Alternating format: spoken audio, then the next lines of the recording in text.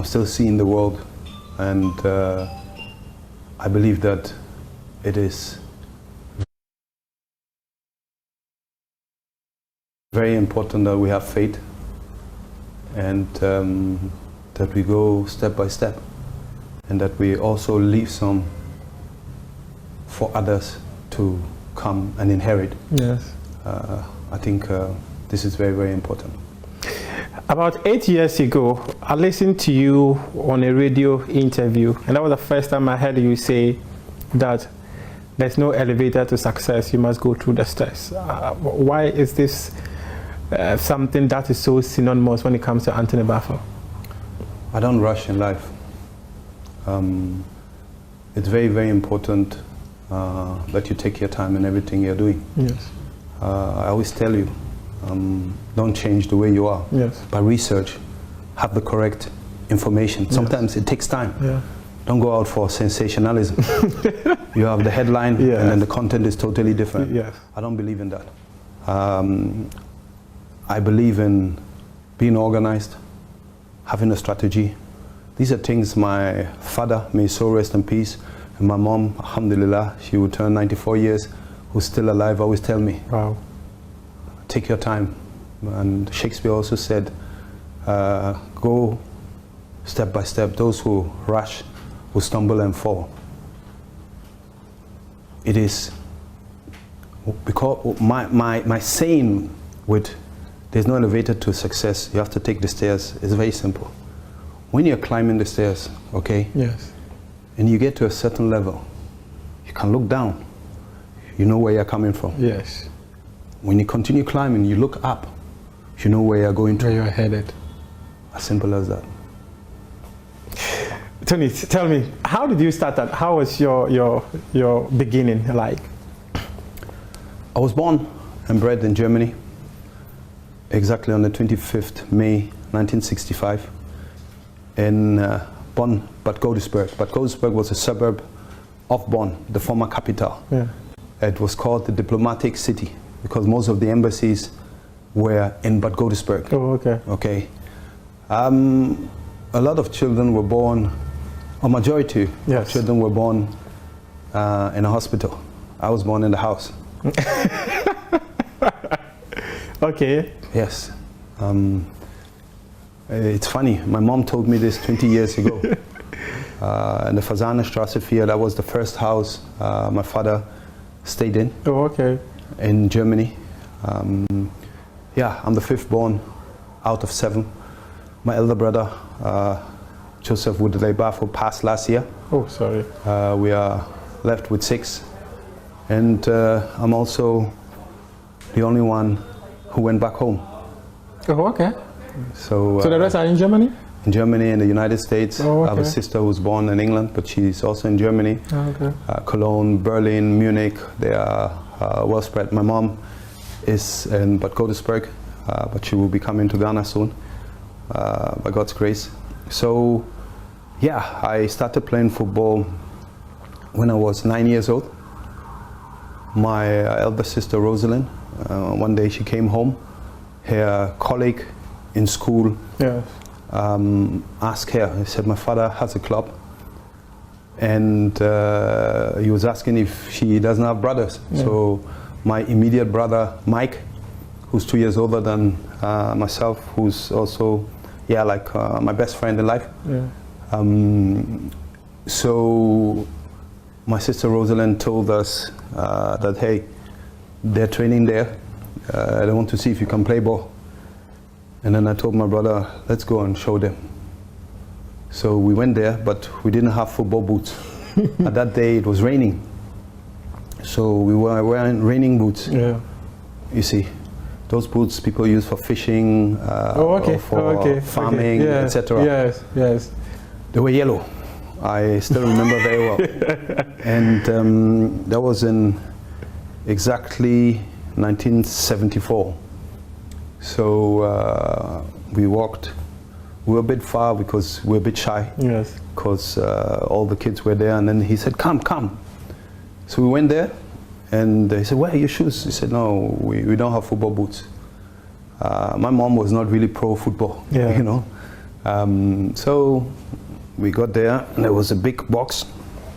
He said, both of you take a pair. Yes. Then I looked, I tried, I said, yeah, this one is okay. But my brother couldn't get. So I said, you take mine. I will play with the raining boots. Were they smaller sizes? Or? Smaller sizes, oh, yeah. Okay. Only one size. We have the same size yes. up till now. Oh, really? Same like my kids, we have the same size, you know. Oh, wow. So I said, no, you take them. Because he's the elder one. Yes. So I played with the boots. I dribbled all of them and scored. Following day, the club came home. Yes. And they said, we want him to register. You know, back there it's not like they will sign you. There's no, it's proper registration. You have to become a member, and every month you pay a certain amount. Oh, okay. Membership fee or something? Membership fee, exactly. Okay. And that's how the clubs, community clubs get running. Oh, okay. You know, we don't have that here. Yes. You know. Yes. So my brother and myself started. I played in the EU, which was under 9. Oh, okay. And my brother played in the under 11. Okay. Because he's 2 years older than me. And back in the days, I was a striker. Oh, really? You see, yeah. You started out as a striker? I started as a striker, and I was scoring all the goals. I was faster than them, and I always played 1 year ahead, like with the group. Yeah. You know, so that's how it started. I came in the district selection, North Rhine-Westphalia, which is the region where Cologne, Dortmund, Schalke, Duisburg, Leverkusen belong to. Oh, okay. So they had these selections, like regional selections. Yes. So I played there, and this is how it came. And you see, I was also interested in skateboard, roller skates. Oh, really? And that day I was skating with my brother, and we had a hill. We were young. It was really a hill which was not so easy to climb. Yes. But now, if I see the hill today, I always say, why is it so narrow? You know, but more green now, it was huge. Yeah, exactly.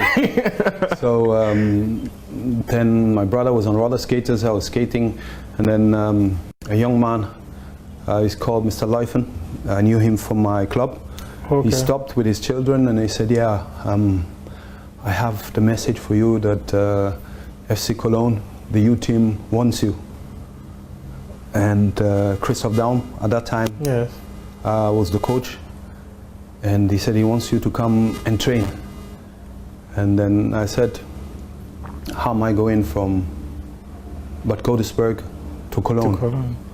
They said, oh, you can come with us, and until something is arranged. That was just after those two? Yeah. No.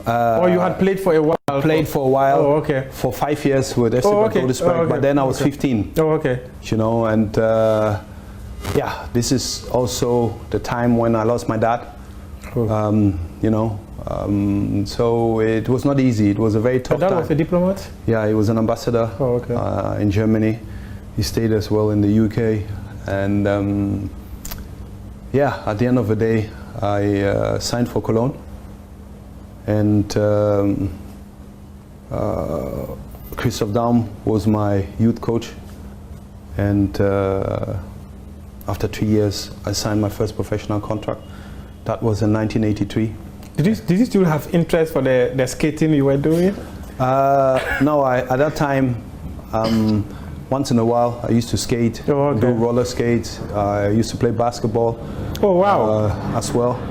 I really love basketball. You know, that's why I love the generation like Abdul Karim Jaboy, going to Michael Jordan, you know, Finney Hathaway, Patrick Ewing, etc. You know, of course, Black Mamba, Kobe, Dennis the Menace Rodman. I could go on. You know, so I signed for Cologne. And I was one of the youngest and one of the first blacks to play in the Bundesliga. And do you know who was the first? CK Jamfi? No. At that time, the Bundesliga was not existent. If you understand, the Bundesliga started in the 60s. Okay. You see, I'm talking about Bundesliga. Bundesliga. Yeah. Okay. CK Akono? No. CK came after me. Oh, really? Ibrahim Sonde. Oh, okay. He was with Werder Bremen in the 70s. Oh, okay. He played, I think, 2 or 3 matches. Oh, okay. At that time, he was studying at the same time. Oh, but CK Jamfi is an interesting name. He played for my club, for Fortuna Düsseldorf. Oh, really? You know, so yeah, I played for FC Cologne, for Fortuna Cologne, Fortuna Düsseldorf, Stuttgart the Kickers. I played in France, I played in Asia. If I say summa summarum, in a summary, I played 15 years of professional football. Wow. I played for the Black Stars, and one of the most memorable days I had was the 13th January 1991 at the Kumasi Sports Stadium. When you made your national team Yes, debut. and I'll come to that story pretty soon. But Tony, how was life in Germany? Like, I had a conversation with CK Akono on this very show, and he said at the time he came to Germany, racism was at its peak, and as one of the first few black players who had played in the Bundesliga, how was life like? You see, CK came from Ghana. Yes. I remember the day very, very well. Well, it was after we played the match in Kumasi. I think we even played against Burundi. Oh, okay. Yeah, when my former club, Fortuna Köln, wanted him. Oh, okay. You see, so then you had Etepe Kakoko, who was there, Evan Kostede, Jimmy Hartwig. Those last names I just mentioned, they were half caste. Oh, okay. Okay. Yeah. We had Santos Motubila, who was with Saarbrücken. Then we had a Togolese. He played for San Pauli. Forgotten his name. My advantage was that I speak the language better than the Germans themselves. German. I speak High German. My other advantage was also that my mouth is very sharp. I didn't allow them to step on my toes. When I was younger, I used to hit them. I will give you a scenario. You remember the series Roots, Alex Haley, Kunta Kinte, Chicken George, Toby, Fanta, Kissy, okay? Our story. So I was working with my mom. You know, here in Ghana, the pavements are full of vendors, but over there you can't do it. Yes. We were walking. We were coming from the supermarket. I was holding the bags. And on the other side, there were kids calling, hey, look at Chicken George, Chakazulu, Kunta Kinte. And my mom said, don't mind them. I said, Mama, you're saying don't mind them. You're our mother. Me, I will mind them. So I said, Mama, you wait here. She said, what are you doing? I said, just wait here. I crossed 3 or 4 guys. I beat them up. I said, you see how strong Kunta Kinte is? Or Chicken George? Or Chakazulu? That was my way of defending yourself. Ourselves. Okay, not just yourself, but others who were also of the black race, And my mom came home and she told my father, hey, this is your son. He's stubborn. He's stubborn, Papa. And I said, what did he do? He beat all of them up. I said, Mama, Ad, what did they say? They said, Chicken George, Kunta Kinte. And what does that mean? Chicken These were the names for the slaves. Ah, okay. You understand? Yes. That's what you have to understand. I don't care about the names, but they were calling us slaves. I see. You see, it's like, you know, we are the ones working on a cotton wool plantation. Yes. You know, so that was when I was younger. But later, you become wiser, you read more. I beat them verbally. You see, I told the player also once who racially abused me on the pitch, and we were winning. And I said, first of all, look at the scoreboard. We are down. And that was with Wattenscheid 09. Ali Ibrahim played there, and Suleiman Sane, Leroy Sane's father. Oh, okay. You know, we are good buddies. Oh, really? So he told me even, don't mind him, this guy, they're not going to prolongate his contract. I said, okay, this is a good weapon for me. He said something again in the match, and then I said, I heard your contract is running out, and they're not going to prolongate the contract because you are such a bad player. But you can come to Ghana. I have a cotton wool plantation. Only white people work there.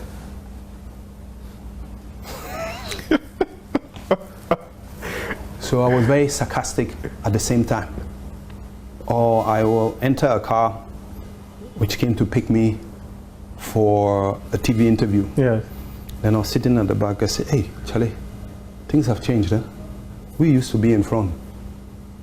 The man didn't know how to react. So just to tell you, I didn't allow them to step on my toes.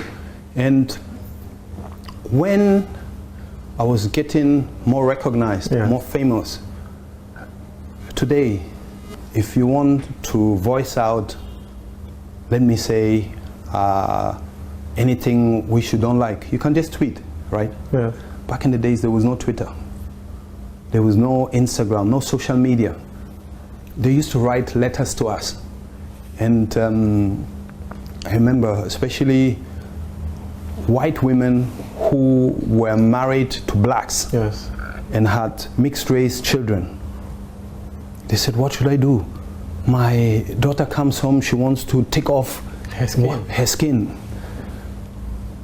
And then, you see, when they wrote to me, they put the numbers and everything, you know, then no mobile phones, nothing.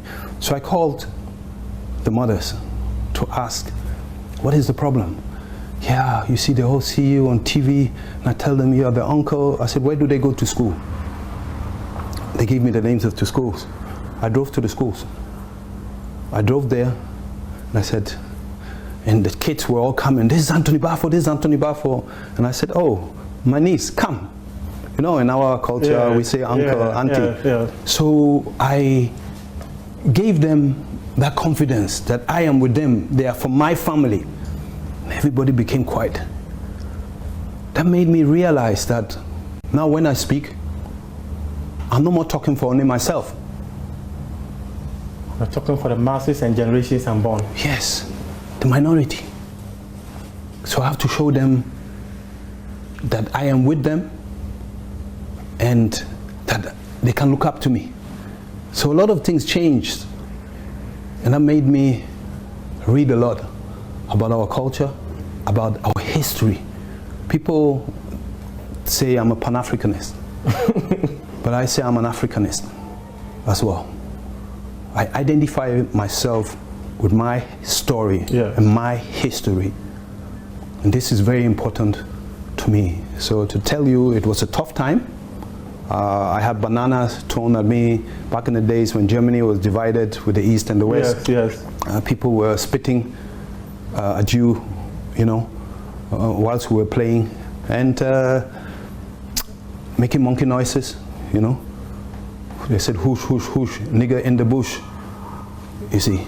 Until there was a time in the 90s where I called Anthony Yeboah and Suleiman Sane, and I said, look, a friend of mine was working for one of the biggest newspapers, the Bild Zeitung, and he said, look, I think it's enough, you have to do something. And I said, okay, I will call my guys, Anthony Yeboah and Suleiman Sane. We wrote, we all signed, and then we send it out in the papers that until here and no more. We're also human beings, stop this, we play for your clubs, for the respective clubs, and I think we're also making the Bundesliga interesting. The next match I played in Werder Bremen. I saw a very big Bob Marley flag uprising. And that, I think, raised more consciousness. And that was the start of the battle against racism. If you just joined us, we are still speaking to Anthony Baffoe here on A Prime Take. He's been giving us the story of how he started out, how he became a footballer, life in Germany as a footballer. And we're at a point where he's talking about how when Germany was divided into two, the West and East Germany, people could spit or throw banana or make monkey chants during matches. Tony, how did you cope in all these difficulties? And I remember one interesting thing you also mentioned, where you said that you and Sunny had to get one of the biggest newspapers in Germany. Yes, and Anthony Yeboah in Germany to publish that we make the German Bundesliga interesting and we play for your various clubs, which brings you joy week in and out. So we deserve some respect from you people. Tell us, how were you able to cope despite all these challenges? But you know, the funny thing is, for instance, when I played for my club in Cologne, yes, and then I played against Düsseldorf, the Düsseldorf, you know, the curve where all the fans were, yes, were making monkey noises. Yes. But when I came to play for Düsseldorf, I was the crowd favorite. Football fans? Yeah. Sometimes they also do that to destabilize you. Destabilize you. Yeah, but you see, it was a battle, and you have to be mentally strong. And for me, I always thought about the next generation, for them to have it easier. You see, I was flamboyant in terms of the way I dressed. Yes. I used to have cornrow. I used to be the... Exactly, I was going to come to that question. I used to be the... Where did he go? I used to be the first black to play with cornrow. And they told me to cut my hair, you know, and I told them the more you talk, the longer it will grow, because I was preparing for my dreadlocks, for my hair to grow. And I think the most natural way for us to grow our hair is to braid it. Yes. You know, and yeah, after Senegal 92, I decided to grow dreads. I loved and still love the way the real Rastafarians think. If you look at Lucky Dube or if you look at Bob Marley, you listen to the lyrics, there's always a message in the lyrics. And at that time also, both of them took a lot of inspiration from the Bible. And they knew the Bible from A to Z. You know, so that was also sort of a rebellism, that you cannot tell me what to wear, what to do, or what to do. Yes, if you're a coach and I'm playing, yes, but not how I look, what I should wear. And one of my coaches, he was an Austrian. We lost a match against Suleiman Sane's team, a friendly match, I think 4-0, and I didn't play well at all. And then he said, look at you, you think you're Ruud Gullit with your braids and all these things. What is this? And then he continued talking. Then he asked if anyone has got something to say. And I said, yes. He said, what is the problem? I said, the suit you're wearing is very ugly. And he started, why are you saying this? Oh, what do you mean? I said, have you realized how you reacted when I attacked you personally? Personally. This is the same what you did. You can tell me that I played bad. You're the coach. I can't say anything because you're the boss. But please don't tell me what to wear and how to look. My color, I didn't choose it. It's God who gave it to me. So, and he said, oh, I'm not a racist. I said, who's talking about racism? Nobody spoke about racism. I just spoke about what you did to me, and I did the same to you, and you saw the reaction. And you want me to react cool? No way. So just to let you know that character is not, you can't learn it to have a certain character. Either you're born with it. And I was an activist. I'm still an activist. You see, Bob Marley said, I'm a rebel for a good cause. I'm a rebel for a good cause too. How did you move from being a striker to a defender? Well, you know, I think I'm not the only one who started like that. Yes. You see, at the end of it, that's how they discover you, because you score a lot of goals, you're different, you're faster than the others, and then gradually I moved to the defense, and then they put me on the right wing because I was quite fast. I could cross well, but my position was normally in the heart of the defense. But when you were 18, they would never allow you to play in the heart of the defense. It's not like today. Oh, okay. You know, so I started. That's how I came to play in Ghana too. The defense, was it for only matured players or something? Yeah, especially at that time we played with the libero.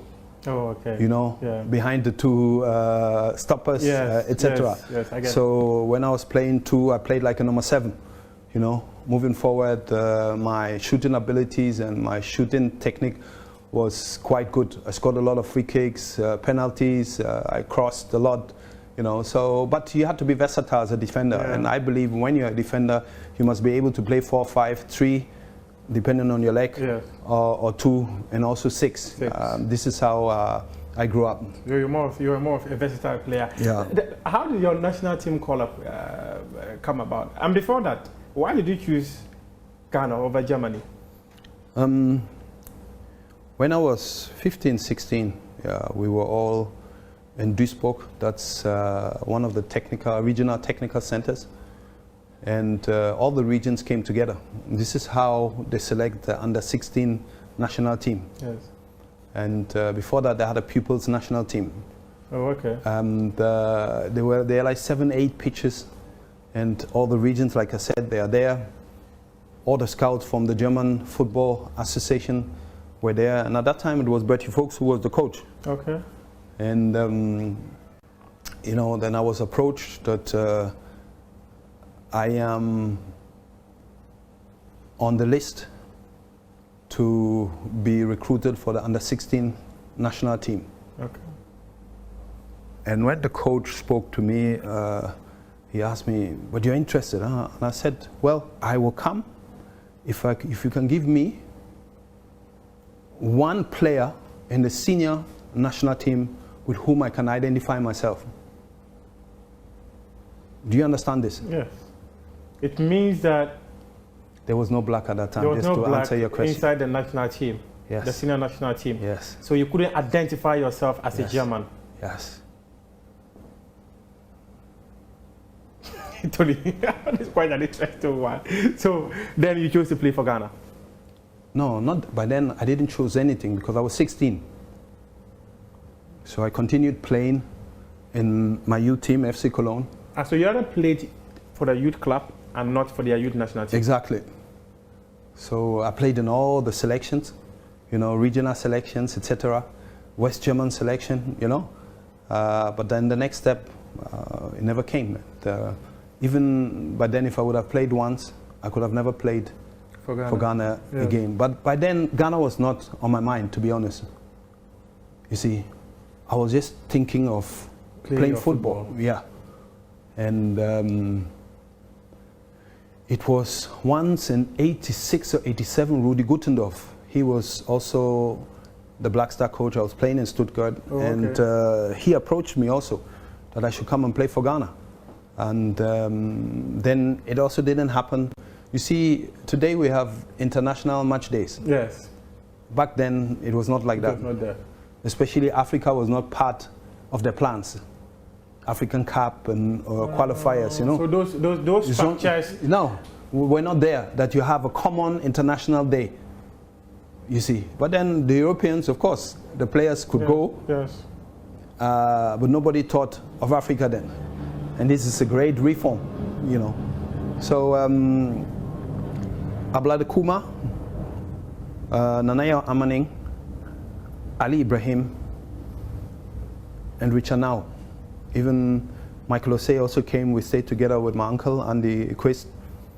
And he was a Hearts fan. And yeah. Oh, okay. And but may his soul rest in peace. He passed.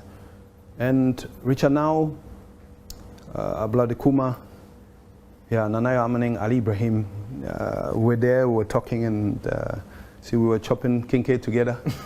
And if I see Ablade Kuma, you know, we have that saying that, hey, you still owe me my kinke. You know, but joke aside, when we're together eating, Then one of them said, Tony, when are you coming to play for Ghana? And I said, when the time is right. How come? I'll come. Then Bokatsize, you know, you say Bokatsize, Yeah. but the Germans say Bokatsize. Oh, okay, okay. He came to Cologne and he said, at that time I was playing for Fortuna Düsseldorf, but okay. I stayed in Cologne. I really want you to come and play for Ghana.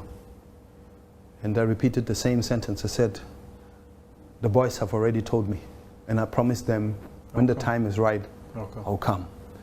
In the winter period, from December to beginning February, we used to have indoor soccer.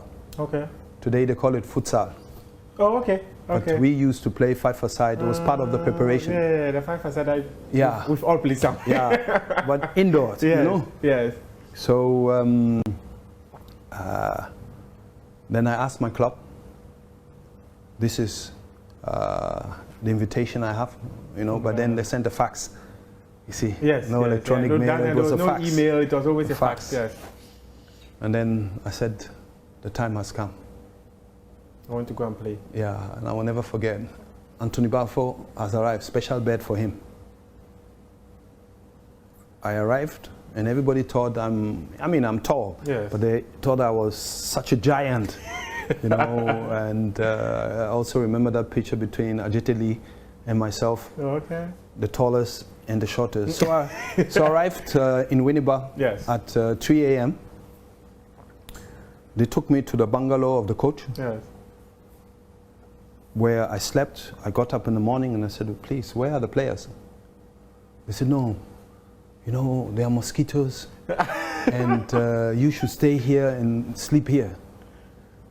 And I said, but I want to be with the team. I don't want to stay here.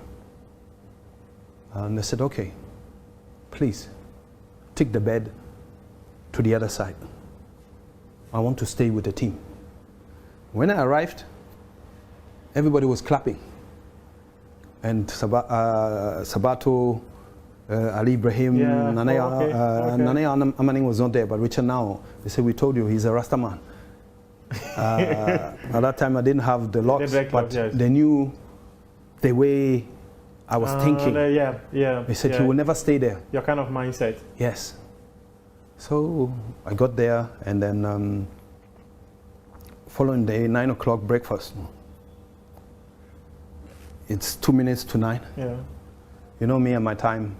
Very time conscious. Yes. I was running to be on time at breakfast. Exactly 9 o'clock, I'm there. And I just said, welcome to Accra, welcome to Ghana. Nobody was there. Oh. Yeah. So you got there and there was no one. No one was there. They said breakfast is at 9. Yeah, no, nobody was there. What time did they come?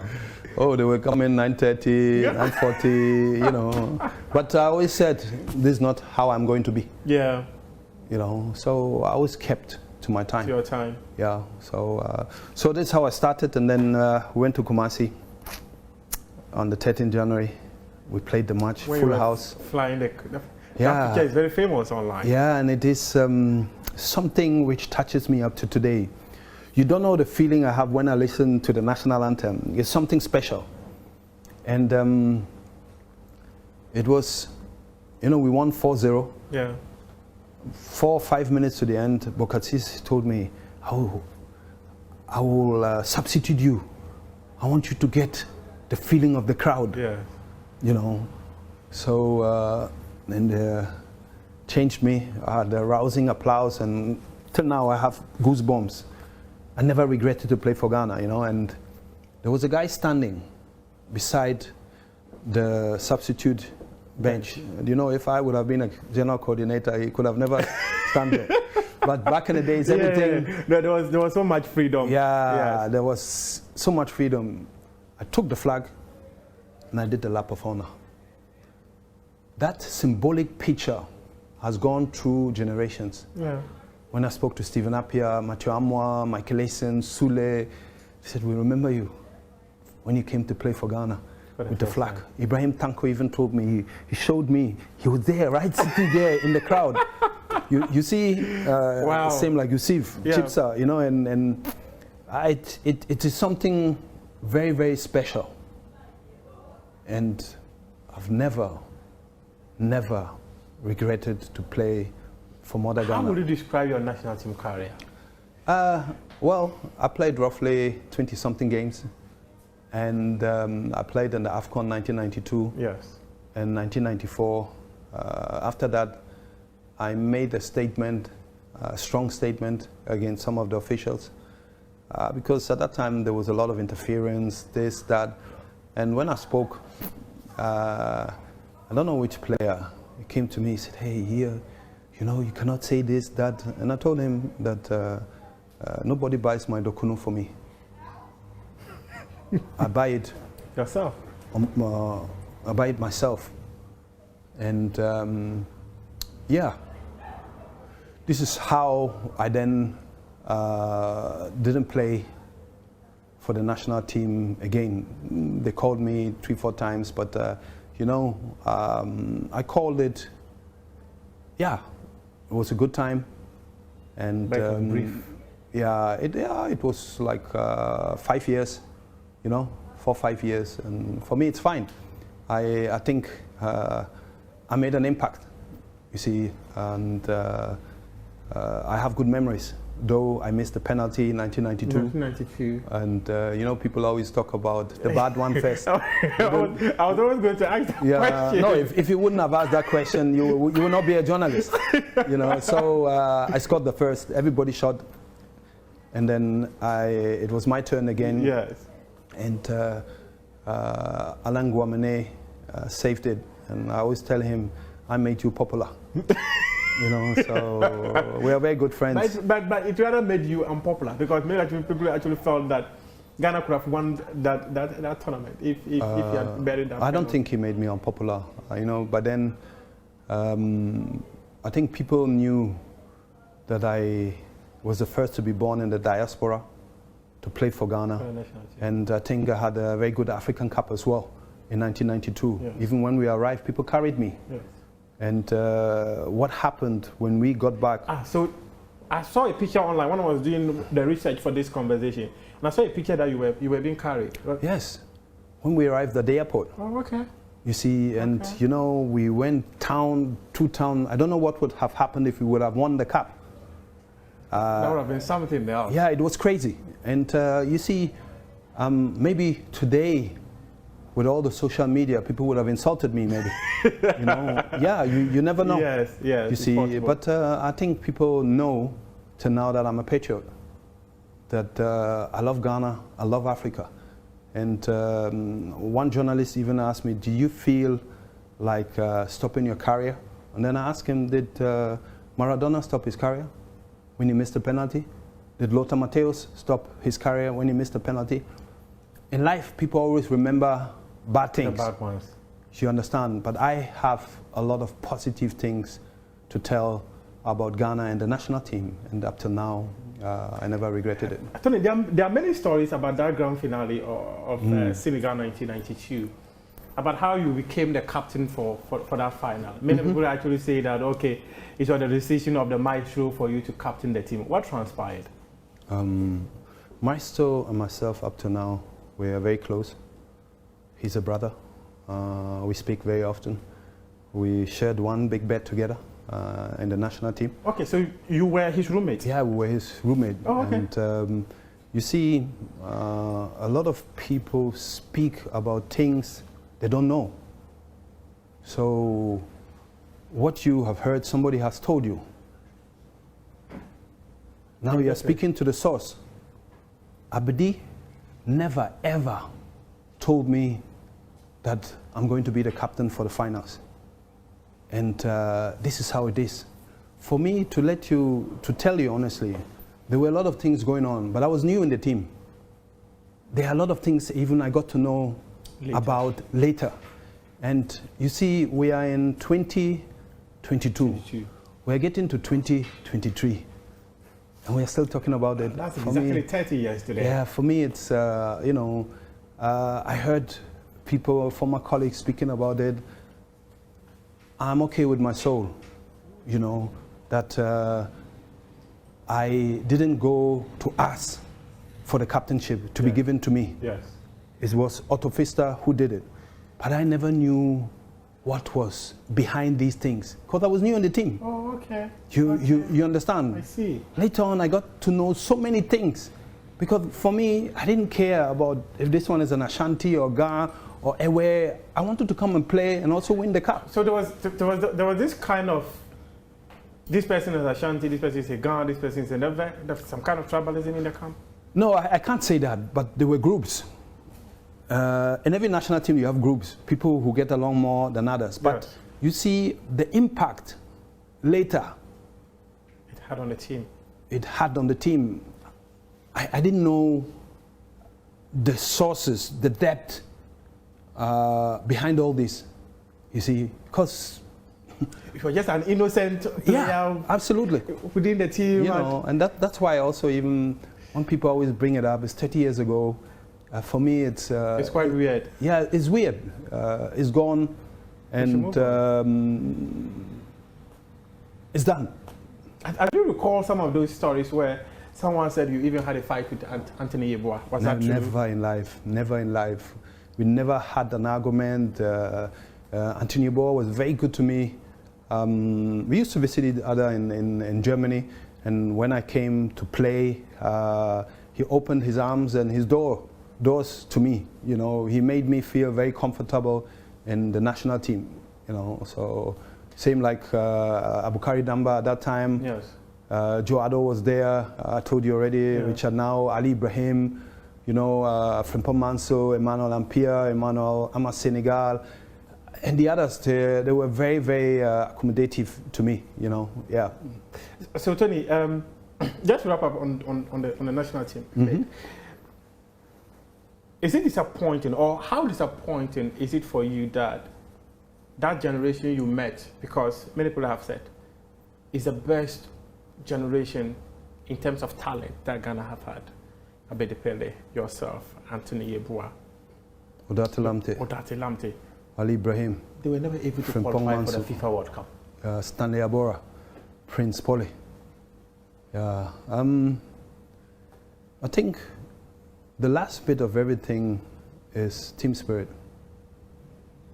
And the way we beat Nigeria in the semi-finals, the spirit was very, very high. And later, it was sad. This is what I heard also, but the captainship matter damped The spirit of the team. the spirit of the team. And the cup normally was for us. And unfortunately, it didn't happen. That's why I always emphasize on good team spirit. It can take you very, very far. I remember Germany, just talking about the team spirit. Marco Reus, he was the best player of the season. Yes. Even now, he's injured again. He cannot go to the World Cup. He's quite an unfortunate player when it comes to playing a tournament. So he was the best player of the season. I repeat it. Germany won without him the World Cup. You know, so team spirit is very, very important. And I think it's also important when players, and this is not so really in our culture, that we face a problem and we tell a player one-on-one, look, this and this is happening. We are not happy with this and that. You know.